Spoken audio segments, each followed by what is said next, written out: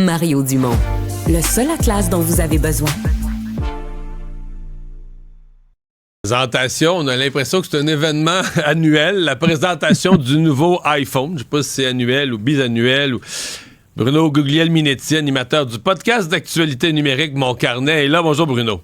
Bonjour Mario. C'est-tu annuel, là, le nouveau iPhone? Il y en a un par année, un par 2 ans? Tout à fait, c'est un festival, c'est un rendez-vous qui se répète tous les ans. Ce temps-ci de l'année. Auparavant, à l'époque, quand Steve Jobs était parmi nous, ça se faisait au début de l'année, au mois de janvier. Puis à un moment donné, ils ont décidé de ramener ça au début je veux pas dire au début de l'automne, mais à la fin de l'été pour lancer la grande saison, parce que ultimement, ça sortait à ce moment-ci de l'année. Et puis après, on voulait que ça soit acheté pendant le temps des fêtes. Ouais. Ceux qui ne l'ont pas encore rendu au mois de décembre, là, ils peuvent le demander pour Noël. Est-ce qu'il y a...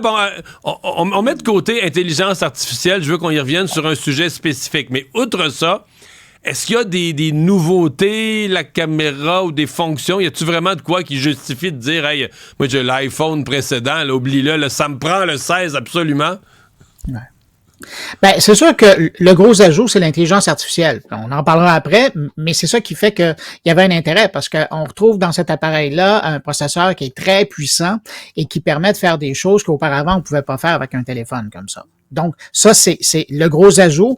Évidemment, si vous utilisez votre téléphone pour tourner des vidéos comme The Weeknd, vous allez apprécier parce que il arrive avec encore plus de capacité au niveau de la vidéo, au niveau de la photo.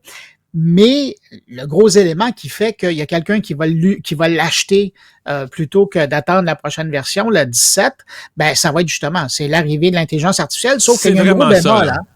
Ouais, oui. Mais il y a un gros bémol, c'est que pour les francophones, l'intelligence artificielle, ça va arriver probablement juste l'an prochain.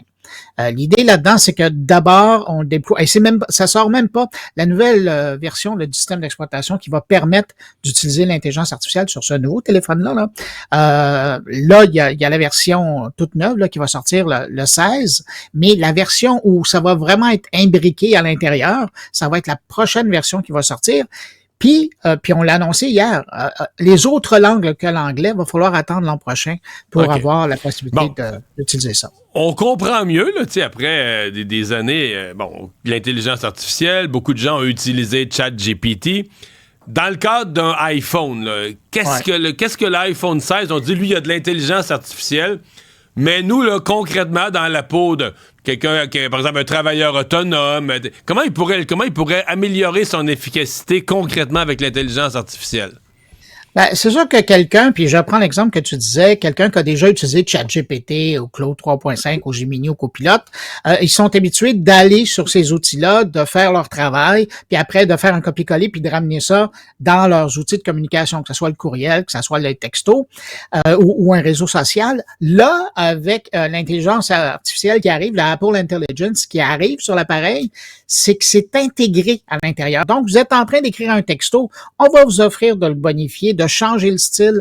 Vous pourriez écrire ce que vous voulez puis dire, il me semble que c'est un peu trop slack pour envoyer ça à mon patron. Vous allez demander de faire une version professionnelle. Réécris-moi le contenu, mais dans un style plus professionnel. Exactement.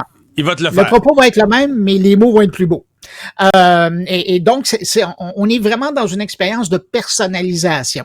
C'est vraiment ça, où l'idée là-dedans, par exemple, Apple nous montrait dans sa présentation hier, vous voyez un chien que vous trouvez beau, vous prenez une photo, et puis il va vous dire tout de suite c'est quoi la race. Ça existait déjà, mais il fallait aller dans un Google Images. Avec Google Images, tu obtiens ça, non?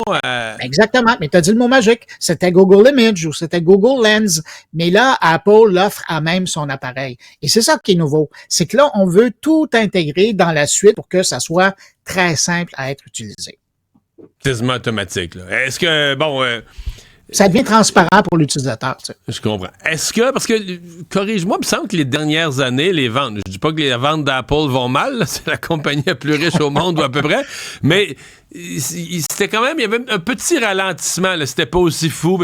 Est-ce qu'on pense que ça pourrait être comme la version avec l'intelligence artificielle? Parce que c'est comme si à tous les 4-5 modèles, il y en a un qui refait un autre boom, là, où les gens se disent ça vaut à peine d'avoir celui-là. Est-ce que l'intelligence artificielle pourrait créer ce boom avec le iPhone 16, une espèce de modèle de référence où beaucoup de gens changent? c'est ce que Apple espère. Oui, je comprends. Qu'il va arriver avec ça.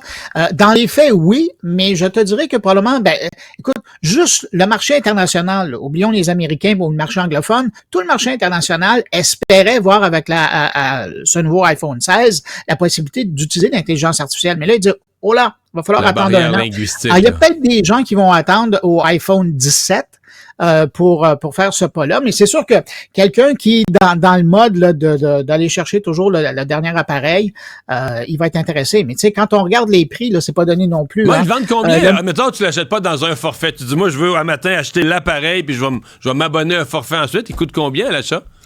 Le moins cher, c'est 1129 $. Ça, c'est le moins cher. C'est la version de base qui est quand même intéressante, là.